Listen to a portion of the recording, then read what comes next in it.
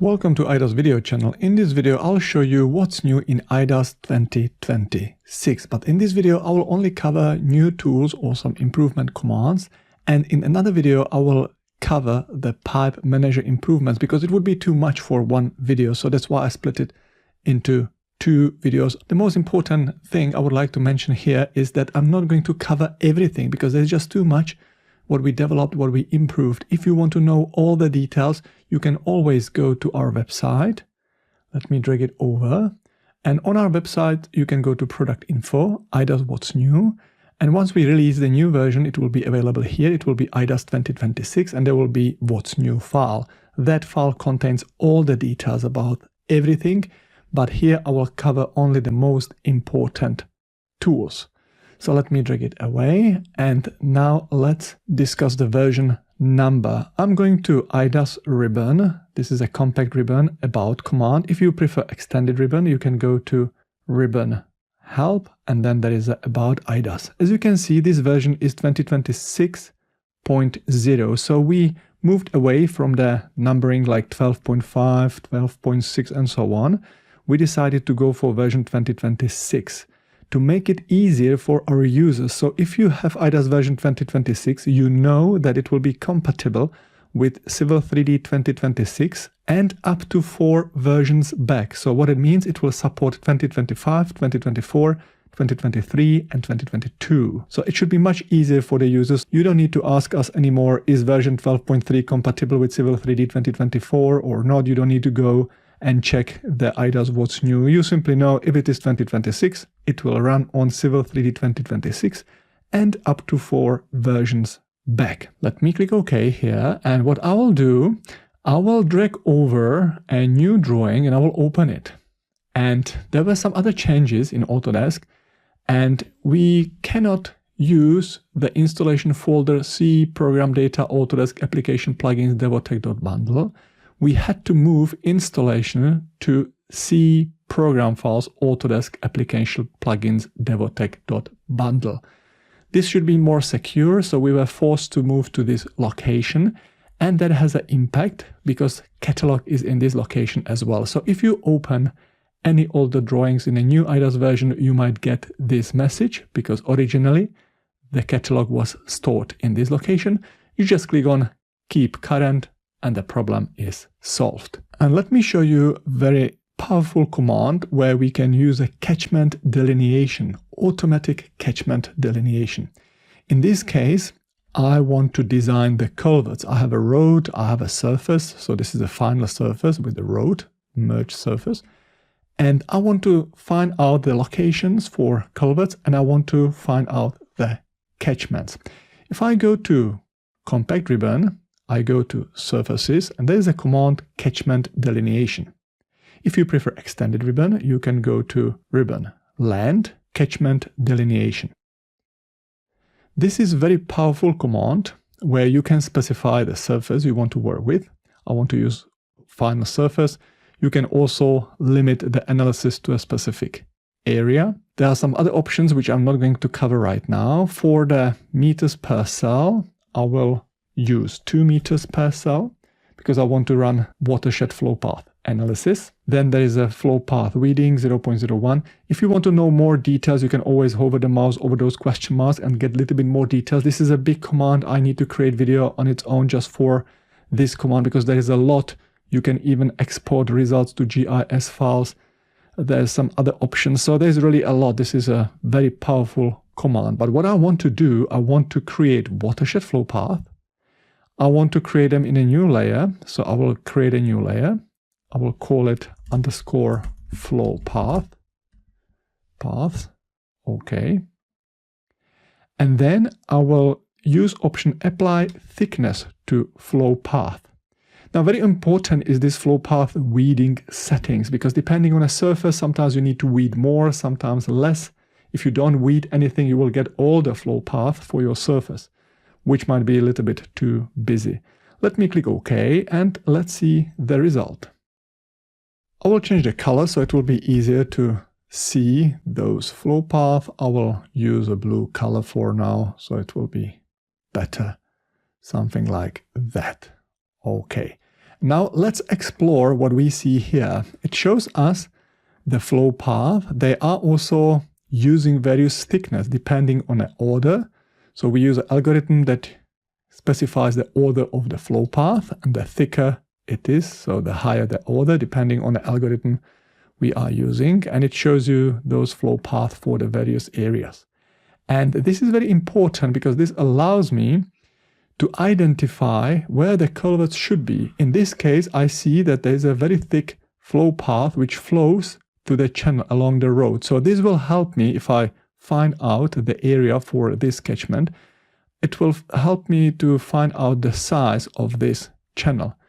And if I go further down, if I want, I can have another catchment area for this point because I may increase the channel. And if I go further down, here I see I will need a culvert that will take all the water from this catchment to the other side. If I want, I can have another culvert somewhere here to take another area, and like that. So let me sketch the discharge points. I don't need to do that, but if I sketch the discharge point, that gives me the best result. So I'm going to create a new layer. I will call it discharge areas. And then I will specify the color. I will use a pink color, thicker. And let me use 0.5, okay, and I will close the layer manager. And let me sketch it. So in this case, I will just say, okay, I want this, let me change the layer. I want to find out, actually, if the road to elevation is like that, whatever contributes to this area. Then I want something here. Again, whatever contributes to this area. Then if I go further down here, I want culvert. So again, I will probably draw it like that.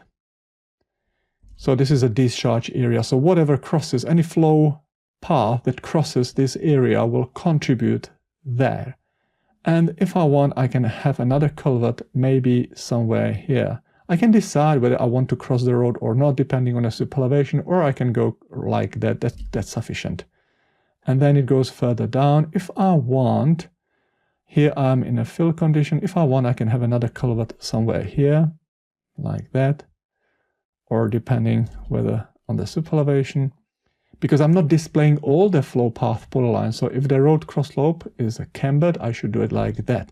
If I display all the flow path polylines, then it will be very busy. So this is a simplified view. And if I want, finally, let's say I want another culvert somewhere here.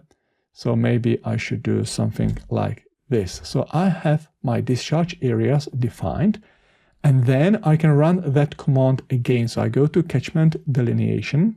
Then I will use the same settings, but for the polylines, for the discharge locations, I will use the discharge areas. I will keep the same settings, but here I want catchments. I will create a new layer. I will call it underscore catchments, and then I click OK, and I click OK. Let me zoom out a bit. It's difficult to see those lines. Let me select similar, and I will set the thickness to be quite thick, let's say 1 millimeter. And let's explore what we have here. So this area contributes, let me select it from here. This area contributes to this inlet structure. So if I want to size this channel, this will be the contributing area. Then if I want to increase the size of the channel, this is the contributing area at this point. If I want to size this culvert, this is the area that contributes to that culvert. If I want to size this culvert, again, I can select it, and so on and so on. As you can see, this is done very nicely. So it's a very practical, very useful command, and should save you a lot of time. And let me show you this command on a typical township project. To save time, what I did here, I already defined the discharge areas. It is very easy to define them. You can use the slope arrows, but you don't need to sketch entire catchments. You just define those discharge areas. And let me run that command again. So I will use a catchment delineation, then on a final surface, but I don't want to use entire surface. So I will select the boundary because it would be unnecessary to analyze the entire surface. Then for the discharge location, I will use the discharge areas. as a meters per cell, I will go very low. It will produce about 2 million cells. It is still okay. But then I want to do the catchments, and I will create a new layer for catchments. So let me click on new layer, underscore catchments. That's fine. Okay. And then I will run the analysis. So it depends on a surface tab and details. You might play with the different settings because sometimes it might not provide the ideal result. If you use a very big cell size, it might not give you the perfect outcome. But let me select similar. And again, I will use a line thickness, maybe 0.5. And you can clearly see that it really does make sense. You can see the contours, and this is a beautiful catchment delineation. There is a very thin line in between. Here, this contributes to this location. So this provides a very good result. So again, it depends on the settings. There's a lot to cover regarding the settings, but once you understand it and once you test your surface, maybe you can run 2-3 trials, then you get an ideal result. Or you can even run it, let's say, twice with the different settings for one area and then with a different setting for other area. That's also possible. Then let me move to another command, and here I have a source drawing and destination drawing. What I want in this case, I want the destination drawing to use data from source drawing for surface creation.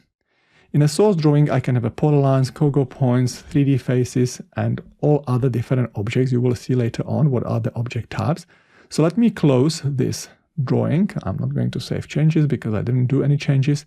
And this is a destination drawing. So if you want to use a compact ribbon, you go to iDAS, surfaces, and there is a command to add objects to surface. Let me run it. If you prefer the extended ribbon, you must go to land, add objects. Now you can either select objects from drawing, which is a standard Civil 3D feature where you can add the objects into the surface, or you can browse for the drawing. And why we developed this command? We got some drawings which were very, very big, and Civil 3D couldn't handle them, and we couldn't do anything with those drawings. And we had to create surfaces. So we are able to read the drawing and create a surface from the data. So let me browse for the drawing, and I select source drawing, open. And now I can choose what objects I want to include. So there are lines, polylines, 3D faces, AutoCAD points, and cogo points. I can use all of them, but I have only 3D faces. I want to maintain edges from objects. And I can either create a new surface or I can add it to existing surface. So I will call it NGL. And the style, I want to display contours, gray, 0.5 and 1 meter. Then I click OK. I zoom extend, and here is the surface. If I display surface boundary, it will look very, or triangles maybe, it will look similar like the other surface. So again, if you get a big drawings from survey which you can't work with and you need to create surface in another drawing, then you can use this command. And let me move to another drawing.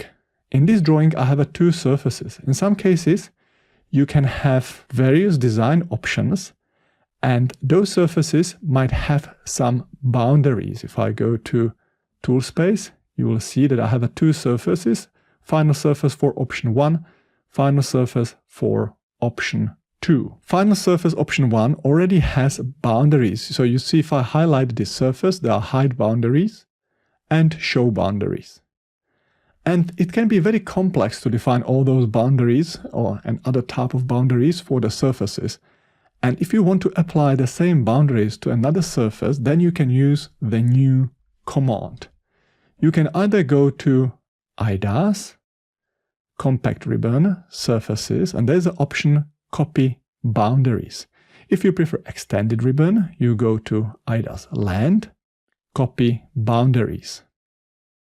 Then you follow command line. It says select a surface to copy boundaries from. So I will select the gray surface, and then I will select green surface. And as you can see, the boundaries were applied to the other surface as well. So if you have such a case, this might save you a lot of time. And let me move to another command, import CDM. This is a model maker format, and we were requested if we can develop a command to import surface in this format. If you want to use compact ribbon, you can go to iDAS, surfaces, and then there's the option import CDM. If you want to use extended ribbon, you can go to iDAS, land, import export, and then there is a import model maker CDM. Then browse for the CDM, open, and then you have an option to either import lines, points, or lines and points. I will import only lines for now, and I zoom extend. So it imports the lines from the file, and then I need to create surface from it. But before I do that, what I will do, I will also run iDAS command under the quick actions, line work shrink wrap, because I want boundary around that surface. If you prefer extended ribbon, you must go to ribbon, land, C3D tools, line work shrink wrap. Then you select everything and hit enter. So it created this polyline. Let me change the color and I will move it to a different layer, let's say alignment for now. So I will hide it for now so we won't see it. And now I can create a surface. I can call it NGL. Okay. Then I will add those drawing objects. So I go to drawing objects, add. These are lines and I want to maintain edges from objects. Then I click OK and I select everything. And this is the result. If I display triangles, let me go to surface properties and I will display triangles. You can see that some triangles are there which are not supposed to be there.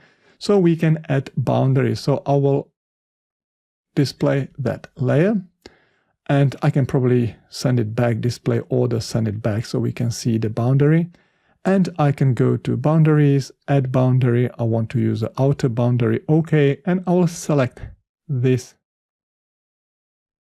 polyline and I have a boundary. There might be some discrepancies, but that's because the surface, this surface might have a triangle, the source surface might have a triangles or the rectangles, while Civil 3D supports only triangles because it's a triangulated irregular network. And let me move to another drawing where I will show you another command, export profiles to CSV. For example, here I have a road vertical alignment and I have a ETW profiles and I would like to export the levels every 20 meters and maybe at the geometry points to a text file. So in this case I can use iDAS and under the profiles there's a command export profiles. If you prefer extended ribbon, you can go to layout, profiles, export, and then you select profiles you want to export. So I will select everything like that. If you prefer, you can specify primary profile, let's say vertical alignment. The interval can be set relative to alignment start or the profile start if you set the primary profile. And then you can specify the interval, you can specify the primary profile start and end points as additional station. And you can also add PVI points, curve start and end points. You can even include the geometry points for all the profiles and the alignment geometry points. You can also limit the station to a primary profile. And if you want, you can export raw stations. So then I click OK. And I specify the name. I will call it profiles. And let me open it. I will drag it over. And here it is. Let's explore a little bit the description. So the station 0, it's a road 1 alignment start. It's a vertical alignment profile start also, and it is recognized as a PVI from Civil 3D point of view. Then you have a changes every 10 meters, and then you have a vertical alignment curve start. You have a PVI point, curve, and if I scroll down more, there will be alignment geometry point as well. And you have a values for profiles, for road edge profiles, vertical alignment, as well as NGL surface. So this is very useful command. Let me cancel this and I will drag it to the other screen. And let me move to another drawing where I would like to show you some new features for structures. I go to iDAS, compact ribbon, network utilities, and there's a command, rotate structures. We already had this command, but we did a lot of improvements. If you prefer using extended ribbon, you can go to network edit, rotate. And then you are supposed to select the structures or network or route. I only want to work with the house connections because as you can see, the double house connections are not rotated nicely. So how can I fix that? I will pre-select them beforehand. So I go to select similar for all of them. And then I use that command. I can escape and I can use a command, rotate. Then I press P for the previous selection and I hit enter. They are selected. Then I hit enter again. And now I have a few options. I can use the absolute, rotation agree, or relative to the connected pipes or pipe. That's what I want to use. And the value, I want to use 180, enter. And if I zoom in closer, they are rotated. There might be cases where it doesn't look right. For example, here, it would be better if it was rotated a bit. So how can I rotate that? You can rotate it manually, of course, or you can just drag it and rotate it. Or if you prefer, you can still use this command. Let me repeat that command, but you can use the absolute option. And then the degree you can specify by drawing like that. So you have two options how to do that. So it depends what you prefer. And then I will show you another existing command, but again, we did a lot of improvements there. What I want to define user fields for those valves. So if I go to structure properties, let me make it a bit smaller. And if I scroll down, we have a user fields 1, 2, 3, 4, and so on. And you must specify those fields manually. And we created a command where you can batch edit those fields. So I will cancel now. And now I want to modify the gate valves field. So if I want to use a compact ribbon, I go to iDAS, network utilities, edit user field. If you prefer extended ribbon, then go to network edit, edit user field. I can select entire network if I want to, because this interface offers quite a nice filters. The filters are already applied. But what I can do, I can remove filters. I can say clear all. And then I see the entire network. I see pipes and structures here, as you can see. I can select all of them and I can remove undefined. Because it's a little bit busy, so I can say remove undefined. Okay. So all of them now have removed undefined.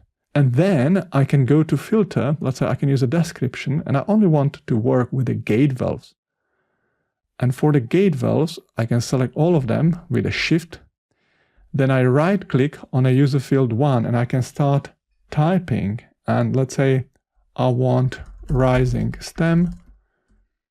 And again, I right click on the next field, or I can use the arrow right, and I want welded bonnet. Then I click OK. And if I go to gate valve properties, those properties will be there. As you can see, field 1 rising stem, field 2 welded bonnet. Those other undefined were removed. It was not removed from other fields, only from those user fields. And that works for pipes and structures. So you can use a filtering, you can modify multiple objects. It is very powerful. And then you can use it for the labeling, tables, and so on. So it's a very powerful, very nice command. While being here, I'll show you another command which is related to surfaces. And that command is export. Let me go to surfaces. And there's an option to export surface to GeoTiff. Now you may ask, okay, why would you do it if Civil 3D has export to DEM? The reason is that Civil 3D export to DEM often doesn't work or doesn't work well or has some issues. So that's why we decided to develop this command. So let me use that. If you prefer using the extended ribbon, you go to land, import, export, export GeoTiff. Then you specify which surface, final surface. If you want to limit the surface, you can. You can specify the meters per pixel, how you want to treat elevation, and then you click OK. Specify the location, so I will call it final, enter, and it is created in the folder where I specified. If I go to QGIS, let me drag the TIFF file that was created right now. And if I want to, I can style it a bit. I can use a hill shade. You can see this is the surface. You can see those little rectangles, those are the cells. Or if I want, I can display contours, but maybe the interval is a little bit too much, maybe 1 meter, and you can see those contours here. So if you need to use the surface in another application, or you need to use the GIS application, you can use iDAS command to export surface to GIS format. And I'm going to move to crossing pipes and other tools. In this drawing, I'll show a little bit more. So in plan, I have a bulk water pipeline, and then I have some crossing services, stormwater and sewer. And here I have a long section, as you can see. The long section was designed with a vertical alignment, and I have pipe network that follows the vertical alignment. Not perfectly. You probably know about my training videos about how to deal with those things. I left it like that for now. And I will show you a few new features or updates on the commands that we did. First of all, I want to display all these crossing services in the profile view. And it is quite a tedious job, especially if you have a multiple profile views, takes a lot of time. So you can go to iDAS compact ribbon, and then you can go to profile, and there's a command clean up. It should probably be a rename to draw parts in profile view, but we left the name as it was before not to confuse the users. I'm not sure what happens in the future. If you prefer extended ribbon, then you can go to layout, draw parts. You see here it is called draw parts. And then I select it. Then I will select profile view that I want to use. I can choose if I want to add any network along the profile view.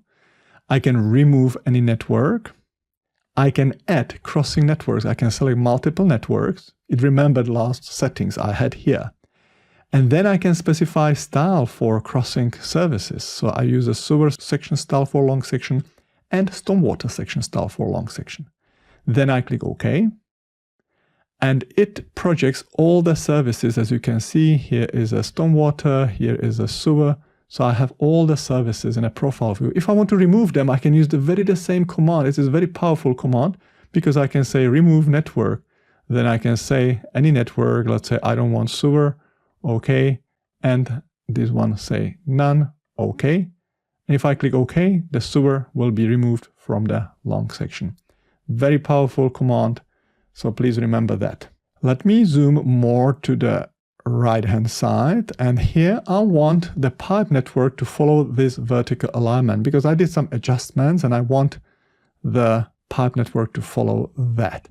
What's the easiest way? Of course, I can insert structures and use iDAS command to create parts along route, but I will show you some improvements we did here. So first of all, I will delete parts along the route. So I will go from here maybe to there. OK, and I will delete it. I'm not going to delete the start and end structures. And then I want to create parts along the route. So I go to create parts along the route. If you want to use an extended ribbon, you can go to edit network. And those commands can be found here, delete route, create route. Then I check the settings, junction, that all looks good. Connect to existing structures, yes, but I want to select start structure. So I will press S for structure, and I want to select end structure, S for structure again. And then I will check interval, outside top, and these are the nice improvements. I can insert additional structures at profile PVI locations, and I can automatically draw created parts in profile view. So these are two beautiful improvements. And let me click OK.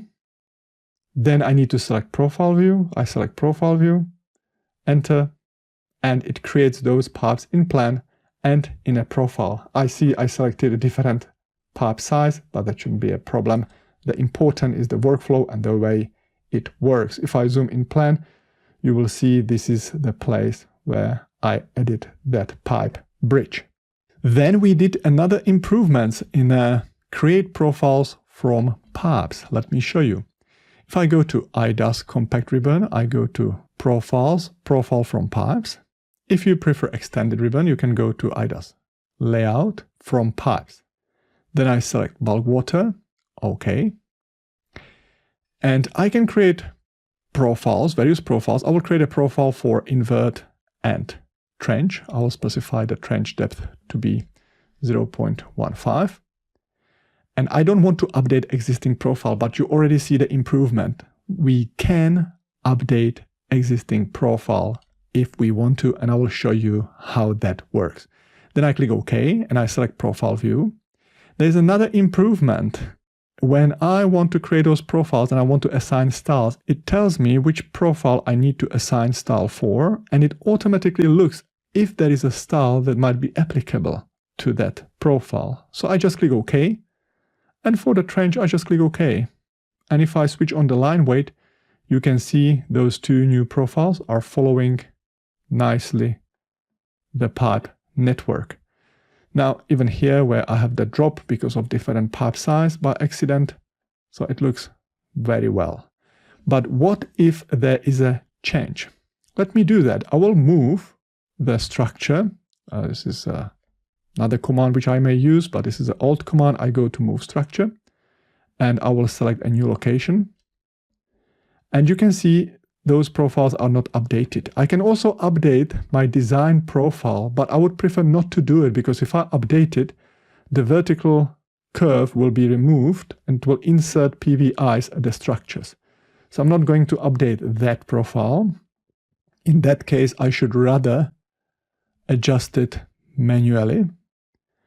But what if I want to update those two profiles for invert and trench? Let's do that. So I use very the same command. So I go to profile, profile from pipes. Then I select bulk water, OK. Invert and trench. Let's say I want to use a 2.5, different size, and update existing profiles. Then I click OK. And it's asking me select a profile view. So I go to select profile view. Then it says select invert profile to update. So this is my invert profile. And then it says select trench profile. And I select trench profile. And both of them are updated. So if you use them for data shortcuts, you can just synchronize and your planned production drawings will be perfect. You don't need to recreate them or anything like that. Huge time saver. We also improved the divide pipe command. Let me come in here. Maybe I will turn off the line weight so it's easier to see. And what I'll do, I will go to iDAS and under the network utilities, there's a command divide pipes. If you prefer extended ribbon, you can go to iDAS network edit and there's a command divide interval. Then you can specify the network, the surface, the structure, maximum length. I will use a 12 meters, for example, for now. And this is the improvement. You can specify the length measurement 2D center to center or 3D center to center. And you can also specify whether you want a maximum length from the pipe start with remainder. So it will be using 12 meters, 12 meters, 12 meters and remainder. Or it will use an equal length, not exceeding the maximum length. That's another option. And of course, you can either specify the depth below surface or you can interpolate invert level from pipe slope. So let me use that option. Then I click OK. Let me zoom to plan. And then I will, let me zoom in here. So there's a change in direction, change in direction. So it should be this pipe. I should save beforehand, but let's see if I selected the correct one. And if I stretch it a bit, we can see in plan, if I zoom out, there will be a lot more structures, as you can see. And if I zoom to profile, you will also see a lot more structures. And if I go to this pipe properties, let me go there, you will see that the pipe length is 12 meters, as you can see, 2D length. Since the pipe is fairly flat, the 3D length is also 12 meters. But if it was steep, it would be different.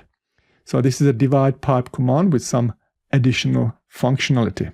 And if you want to, you can use a rotate structures command here as well. Let me zoom out and I will go to some locations where there are some valves. For example, here is a air valve and there is another valve somewhere here.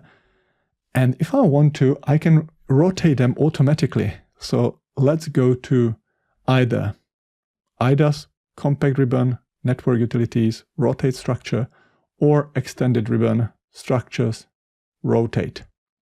I can either select all of them like that, and then I can either specify relative or absolute. I want relative, and then I need to specify degrees.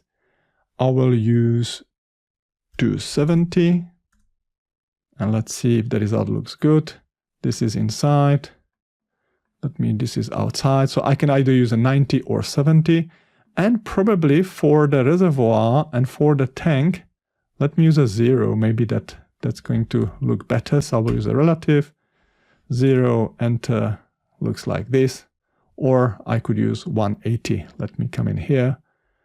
This looks good. So it depends whether you are at the beginning or at the end. But you can see this is a very powerful feature. If you have a few hundred or a few thousand objects, you can rotate them very quickly. And let me move to another drawing, downhill vacuum lift. We got a request whether we can support the vacuum lift, but for downhill condition, not only for uphill condition. So we did implemented it. Let me show you. If I go to iDAS, network utilities, there's an option vacuum lift, or if you prefer extended ribbon, you can go to iDAS network vacuum lift. Then I select start structure, I select end structure. You can see it's going downhill, and you can see the preview here.